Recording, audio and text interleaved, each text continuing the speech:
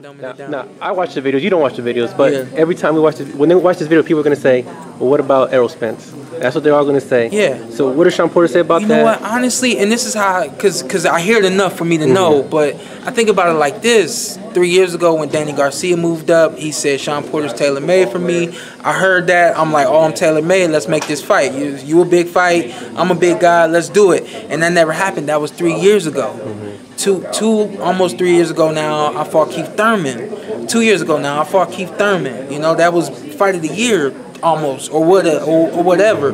Those are the two guys that I've been looking at. Those are the two guys that I've made goals to fight. WBC title is a goal I made to have that belt at my house. And that's it. So when you talk about Errol Spence, I say sorry, but 3 years ago you wasn't the guy I was looking at. 2 years ago you wasn't the guy I fought. You're not the guy that has the WBC title. So you're just not the guy I want to fight. I'm sorry, but it is what it is. If you a media guy saying, oh, he ducking him, if you just a guy out there that's seeing the media saying, oh, he ducking him, I say, hey, it wasn't my goal 3 years ago to fight Errol Spence. It's not my goal a year ago to fight Errol Spence. Right now, I'm not fighting Errol Spence. Simple as that. What do you think when some of the fans are like, as great as that Thurman-Porter fight is, we want to see Spence-Thurman first? I say you got to wait, you know, and again, you know, just like Keith Thurman is making me wait, there's other things put on hold, you know what I mean? You want to point the finger at me and say, oh, why don't you fight Errol Spence? Why are you making him wait? I say, hey, I fought twice to fight Keith Thurman. I've done everything that I could do to fight Keith Thurman. I'm sorry that I'm still giving him life. I'm still speaking his name, even though he's not doing or saying anything to fight me. I'm doing the things that it takes to fight him and saying his name, keeping him relevant. But that's what I want. So would you fight Spence if you beat Thurman and take the titles? Would you? Right now, I got to do the biggest and be the biggest and the best. Right now, for me, that's Keith Thurman. After that with Keith Thurman, I'm looking forward to winning that fight in fantastic fashion. Whatever happens tomorrow night, to me, that's that's irrelevant. You know, if Danny Garcia fights tomorrow night and he wins and he looks great, which I expect him to do, then I'm gonna say, hey, fight me now, because Keith Thurman playing around. What you gonna do? You want the WBC? Go through me to get the WBC. That's not happening. I'm gonna go to Keith. Hey, Keith, let's make this happen. I want that WBC title.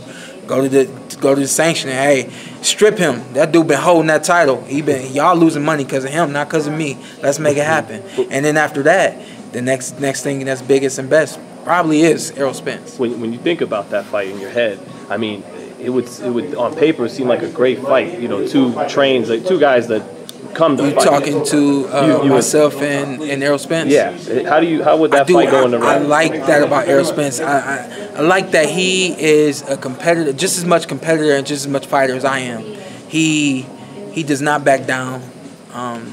You get him, he coming right back to get you, and that's my mindset. That's how I operate. You know what I mean? So I just really do think that it will be a great fight.